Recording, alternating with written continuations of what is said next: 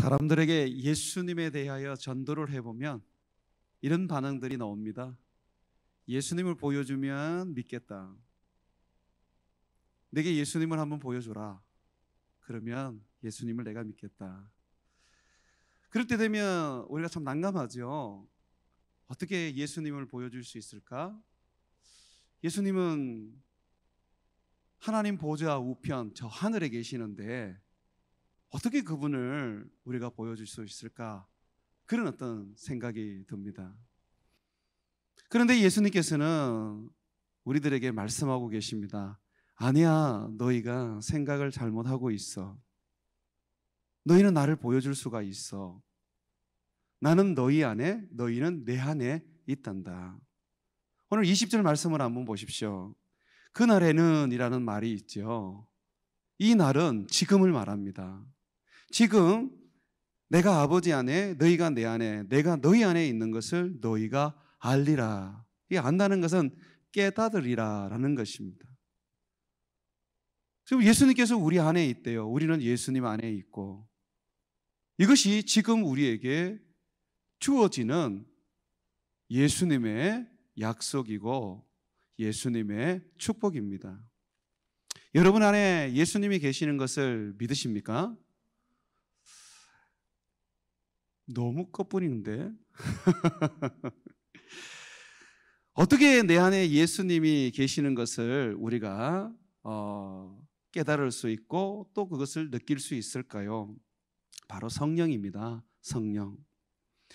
오늘 16절에 보게 되면 예수님께서 이런 말씀을 하십니다. 내가 아버지께 구하겠으니 그가 또 다른 보혜사를 너희에게 주사 영원토록 너희와 함께 있게 하리라. 예수님께서는 또 다른 보혜사를 우리에게 보내주셔서 우리와 함께, 여기서 제일 중요한 어떤 그 단어를 말한다면 저의 입장에서는 함께 있게라는 말입니다. 함께 있게 하리라. 주님이 그렇게 약속을 하셨어요. 또 다른 보혜사를 보내어 주어 함께 있게 할 것이다. 이 또 다른 보혜사는 누구를 말하는 것일까요? 보혜사는 또 뭘 말하는 것일까요? 여러분, 먼저 예수님께서 보혜사예요. 이사야서 9장에 보게 되면 세상에 오실 평강의 왕 예수님에 대한 예언을 이사야가 합니다.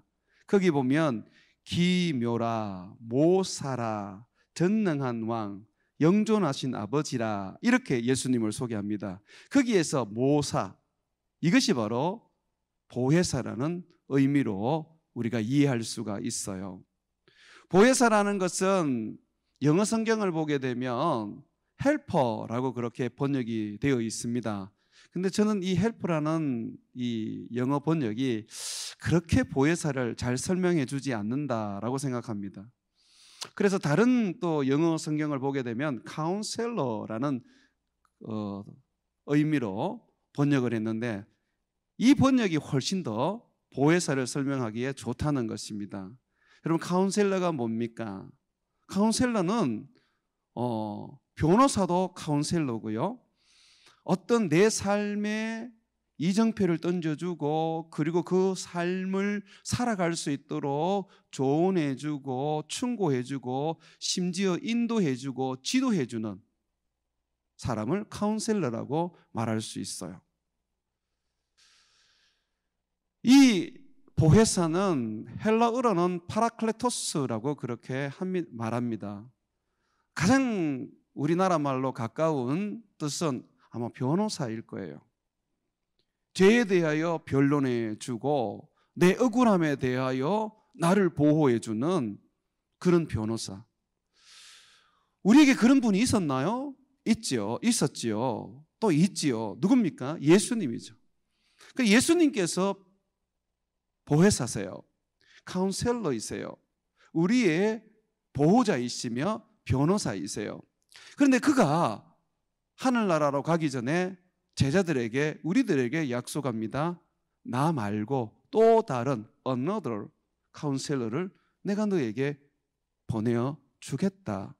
아버지께 구하였어. 바로 성령 하나님이십니다. 성령 하나님이 우리에게 온다고 말씀하고 있습니다. 목사님, 그러면 그전에는 성령 하나님이 없었습니까? 아니에요. 성령 하나님이 계셨습니다. 그런데 그전에 성령 하나님은 보혜사로서 그렇게 일하지 않으셨습니다. 보혜사로서 우리 가운데 계시지 않으셨어요. 성령님은 우리의 변호사가 아니셨어요. 성령이 구약이든 또 신약이든 보혜사로 오시기 전에는 성령이 사람들에게 오시면 이 위에 머물러 있게 됩니다. 주로 머리 위에 이렇게 머물러 있는 것 같아요. 그래서 성경에 오늘 보면 그런 이야기를 하죠. 17절 한번 보십시오. 그는 진리의 영이라 성령님을 말합니다. 세상은 능히 그를 받지 못하나니 이는 그를 보지도 못하고 알지도 못함이라. 세상은 성령님을 영접하지 못합니다. 그분을 모시지를 못합니다. receive, 받지를 못한다는 거예요. 그러면서 제자들에게는 이렇게 말합니다. 그러나 너희는 그를 아나니 성령님을 지금 너희는 알고 있다. 그가 너희와 함께 계심이요. 지금 성령님이 제자들과 함께 있습니다. 맞지요? 예수님의 제자들이 예수님처럼 귀신도 쫓아냈지요. 병도 고쳤지요. 그렇지 않습니까? 이 성령님이 함께 계셨어요. 그럼에도 불구하고 제자들은 늘 불안과 그리고 염려가 있었습니다. 그 자아가 연약했습니다. 예수님께서 잡혀서 십자가에 못 박히기 전날에는 베드로나 제자들이 다 도망을 갔고 베드로는 예수님을 모른다고 부인하고 심지어 저주까지 했었습니다. 성령이 함께 계셨지만 강하지 않았어요. 너무나도 연약했어요. 너무나도 두려움에 벌벌 떨었습니다. 성령이 그들 가운데 계셨지만 이 위에 머물러 계셨지만 능력을 행하고 권능을 행하셨지만 그러나 보혜사는 아니셨어요. 그런데 예수님께서 이제 그 성령이 보혜사가 되어주신다고 말하고 있습니다. 17절을 계속 한번 보십시오. 또 너희 속에 계시겠습니다. 보혜사 성령은요, 우리 안에 오십니다. 우리 안에 들어오십니다. 내 안에 계십니다. 그래서 성령의 음성을 들을 때 우리는 바깥에서 듣는 것이 아니라 안에서 듣게 됩니다. 이 성령은 우리 안에 계셔서 그가 우리에게 말씀하실 때 또는 성령은 우리 안에서 우리를 이끌어 가시면서 뭔가를 가르치실 때 우리의 생각을 사용하십니다. 25절 한번 보시죠. 내가 아직 너희와 함께 있어서 이 말을 너희에게 하였거니와 26절 보혜사. 자, 보혜사로 세상에 오시는 성령님, 우리 안에 오시는 보혜사 성령님은 곧 아버지께서 내 이름으로 보내실 성령, 그가 너희에게 모든 것을 가르치시고 내가 너희에게 말한 모든 것을 생각나게 하시리라.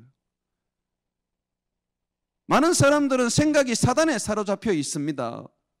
그러다 보니 그 생각이 항상 고통과 괴로움과 죄를 짓는데 이용됩니다. 그러나 성령이 임하게 되면 성령이 우리 생각을 사용하십니다. 우리 생각을 통제해 주십니다. 우리 생각을 이끌어가 주십니다. 그러다 보니 성령께서는 생각을 통하여서 우리에게 그의 가르칠 것을 가르치시고 그리고 성령께서는 말씀을 하게 됩니다. 거의 대부분 사람들이 성령의 음성을 듣는다라고 말할 때에 바로 생각을 통해서 성령의 음성을 듣게 되는 것이죠. 목사님, 이런 일이 과연 일어날 수 있을까요? 하나님의 영이신 성령이 과연 우리 안에 오실 수 있을까요? 네, 이것은 실제적인 사건이고 이 일은 믿는 모든 자들에게 일어나는 사건입니다. 주님의 약속이기 때문에 믿는 사람들에게는 성령께서 약속대로 보혜사로 우리 안에 거하게 되십니다.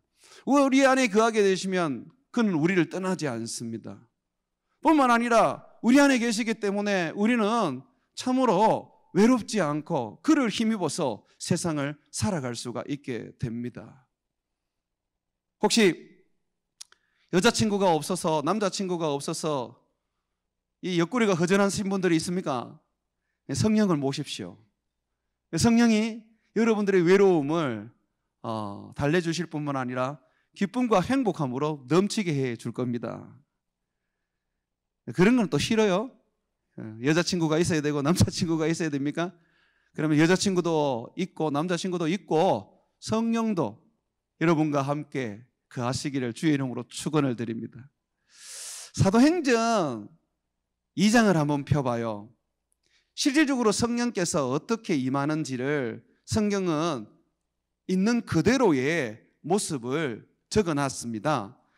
사도행전 2장 1절에서 4절 한번 보십시오. 사도행전 2장 1절에서 4절.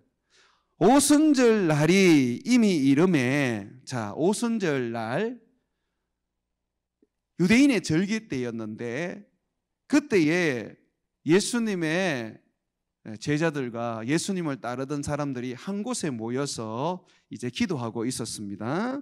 다 같이 한 곳에 모였더니, 자, 성령이 임합니다. 보세요.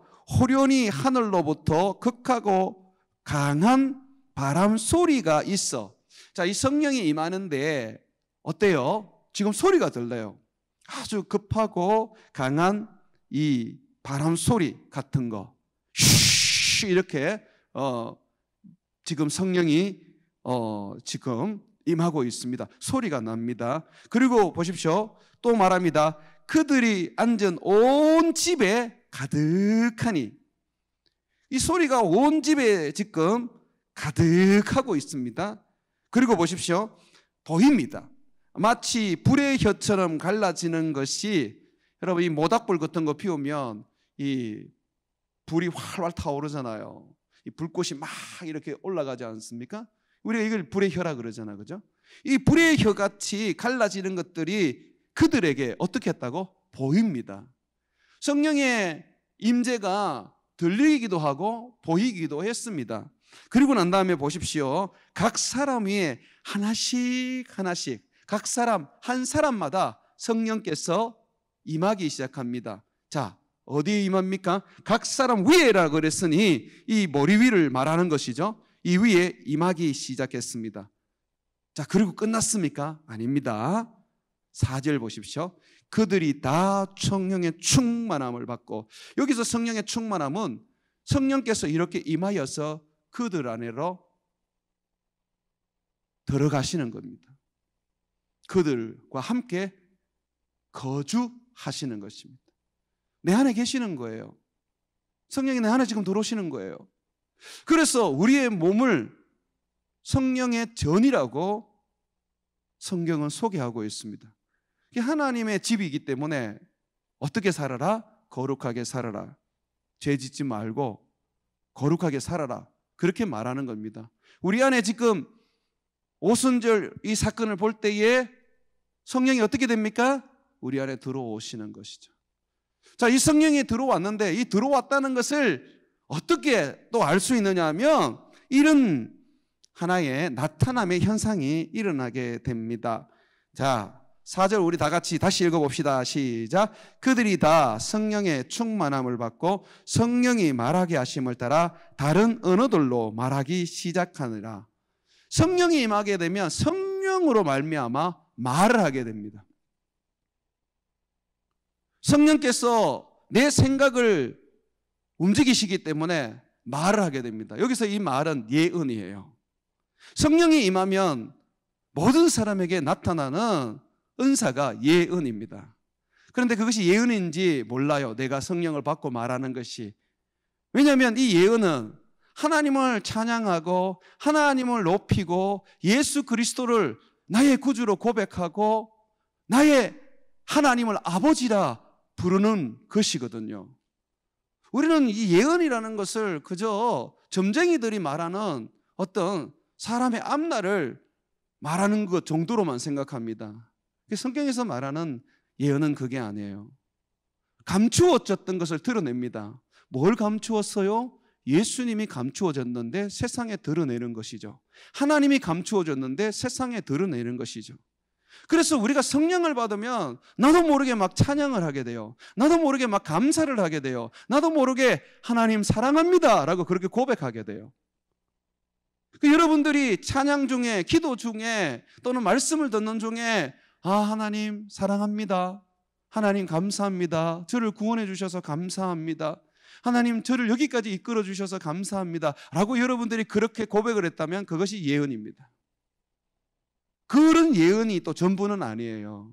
물론 장래에 대한 어떤 부분들도 이야기하기도 하고 또 놀라운 어떤 그런 비밀들도 말하기도 하죠. 그러나 대부분의 성령을 받을 때에 우리가 받는 그 예언, 대부분의 우리 어떤 청년들을 우리가 볼 때는 하나님을 향하여 감사하게 되고 진정하게 신앙을 고백하게 되고 진정하게 하나님을 이제 나의 아버지라 부르게 되는 것입니다.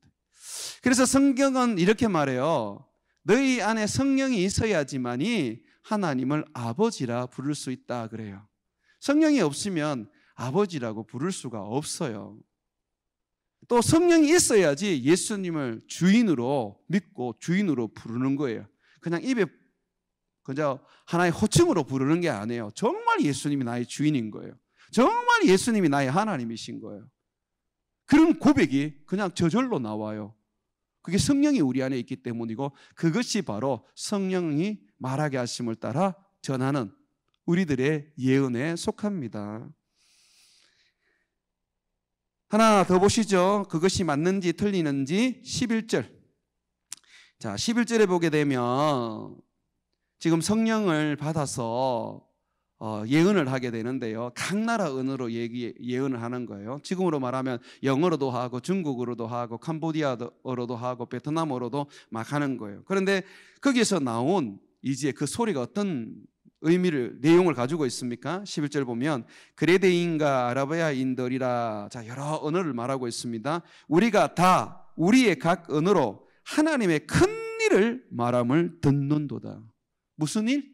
하나님의 큰 일.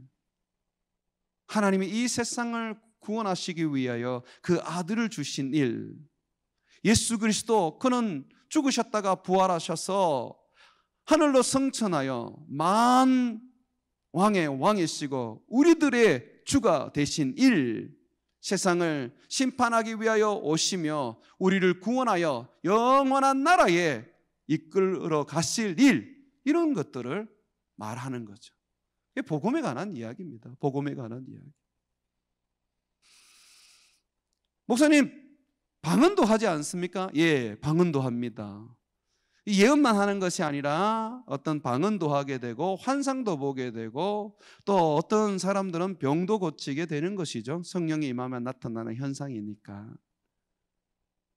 그런데 방언이 중요하고 예언이 중요하고 병 고치는 게 중요한 게 아니에요. 그것은 나타남의 현상이에요. 뭐가 나타났다고요? 성령이 내 안에 나타나셨다는 거, 성령이 내 안에 오셨다는 거, 이것을 증거해 주는 것입니다.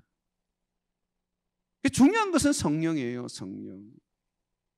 목사님, 성령이 없으면 어떻게 돼요? 그리스도의 사람이 아닙니다. 그 사람은 믿는다고 하지만 그 믿음은 하나님이 받아들이지 않는 믿음입니다. 로마서 8장에 그렇게 되어 있죠. 누구든지 그리스도의 사람은 하나님의 영이 있어야 된다고 말합니다. 하나님의 영이 없으면 그 사람은 그리스도의 사람이 아니에요.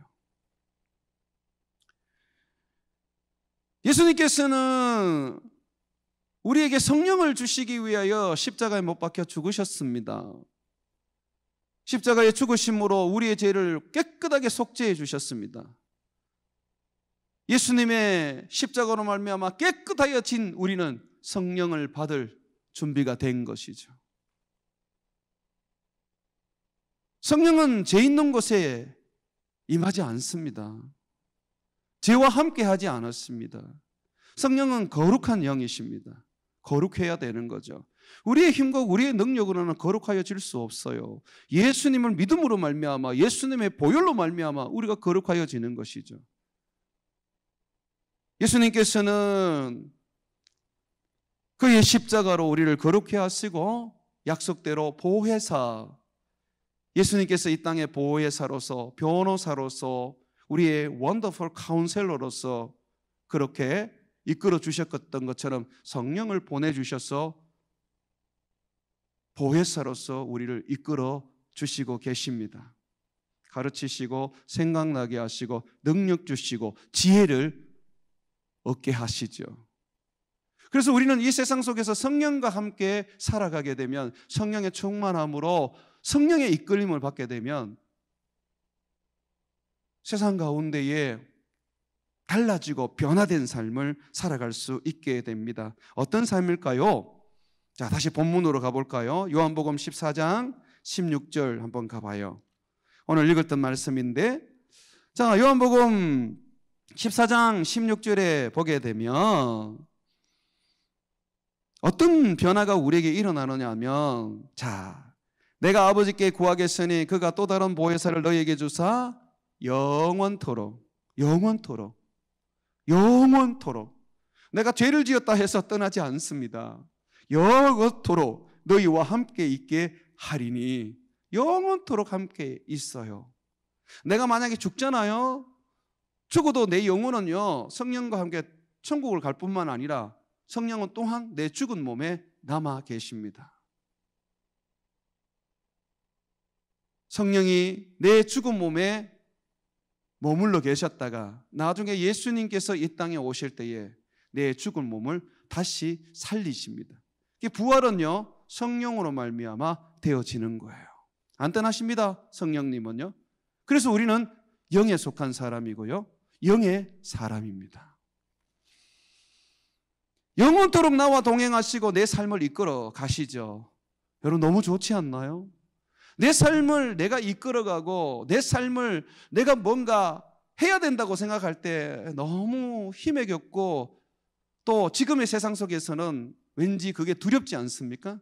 그런데 내 삶을 성령이 이끌어가 주신대요, 보혜사로서. 내가 죄를 지으면 변호사로서 나를 보호해 주시고, 예수 그리스도로 말미암아 죄 씻음 받았다는 것을 그가 변호해 주세요. 나의 인도자가 되세요, 성령님이.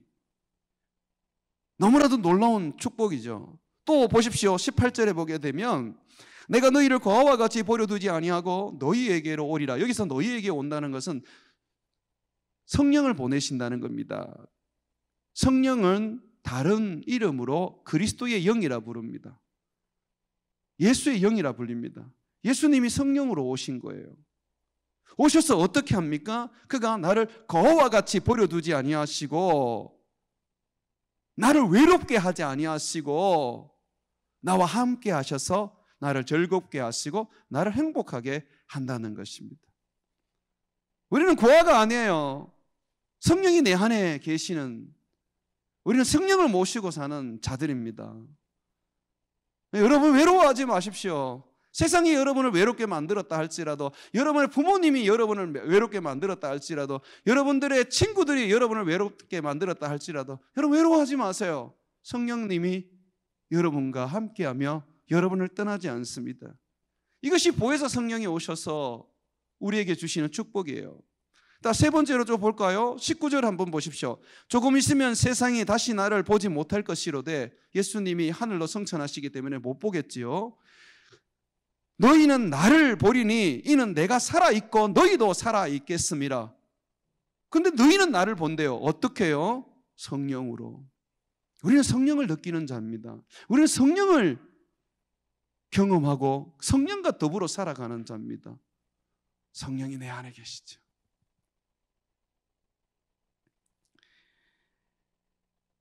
예수님 보여달라고요? 보여줄 수 있습니다.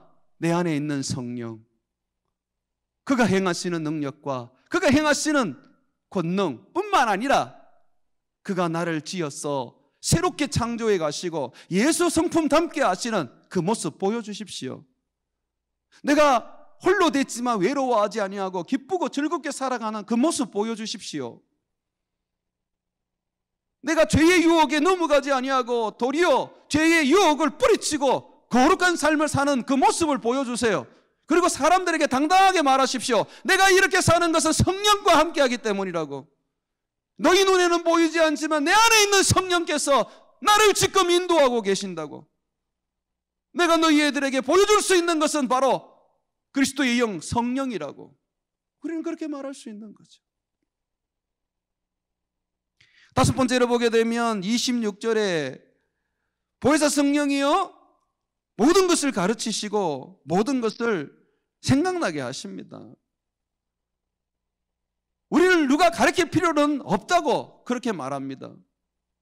하나님의 말씀이 있고 그 말씀을 성령께서 우리들에게 가르치시고 생각나게 해주십니다. 내가 그 성령의 음성을 못 듣게 되면, 깨닫지 못하게 되면 성령께서는 그의 은사로 사도와 선지자와 교사와 복음 전하는 자를 세워서 그들을 통하여서 하나님의 말씀을 듣게 하시고 하나님의 말씀을 생각나도록 만들어 주시는 것이죠. 그래서 여러분, 성령께서 여러분들에게 생각나게 하시고 성령께서 여러분들을 가르치실 때에 성령께서는 성경을 통하여 하신다는 것을 잊으시면 안 됩니다. 그리고 이 성경은 그가 세운 종들을 통하여 또한 가르친다는 것을 생각해야 됩니다. 자, 그러면서 여러분 27절을 보십시오. 성령이 우리 안에 계시면 평안을 너희에게 끼치노니 곧 나의 평안을 너희에게 주노라. 이 평안은요 세상에 주는 것 같이 그런 어떤 평안이 아니에요. 하늘의 평안이에요. 근데 이 평안은 바로 성령입니다. 성령을 평안의 영이라 그래요. 미래가 불안합니까? 어떻게 살아야 될지 모르겠어요? 성령을 받으십시오. 그가 여러분에게 평안을 주실 것입니다. 그리고 이렇게 말씀하실 거예요. 염려하지 마라. 두려워하지 마라. 내가 너희를 이끌어 가리라. 보이지 않지만, 들리지 않지만 두려워하지 마라. 나를 믿고 나를 따라라. 내가 너를 이끌어 갈 것이며 내가 너희를 세워줄 것이며 내가 너희를 높여주리라. 사랑하는 여러분, 성령은 우리의 공상 속에 있는 존재가 아닙니다. 그냥 마음의 생각으로 받아들이는 존재가 아닙니다. 하나님이십니다. 인격자십니다. 영이십니다. 그가 우리 안에 오시고 우리와 함께 하십니다. 예수 그리스도를 이 세상에 보내시기 전까지, 예수님이 십자가에 죽으시고 부활하여 성령을 보내시기 전까지 성령은 그저 몇몇 사람들에게 머물러서 능력을 행했습니다. 그러나 이제는 성령이 우리 안에 들어오셔서 매주 나와 함께 거주하시면서 나의 보혜사로서 예수님이 그러셨던 것처럼 나를 이끌고 나를 지키시고 나를 변론하시고 나를 가르쳐서 진리 가운데로 살게 하실 것입니다. 사랑하는 여러분, 성령을 받으십시오. 성령을 구하십시오. 예수님은 말씀하셨습니다. 내가 너희에게 성령을 줄 것이다. 나를 믿는 자는 다 성령을 받을 것이다. 그러므로 너희가 찾고 구하고 뚫으리라. 성령이 너희를 자유케 할 것이며 너희를 이끌어 갈 것이다. 우리 한번 찬양합시다.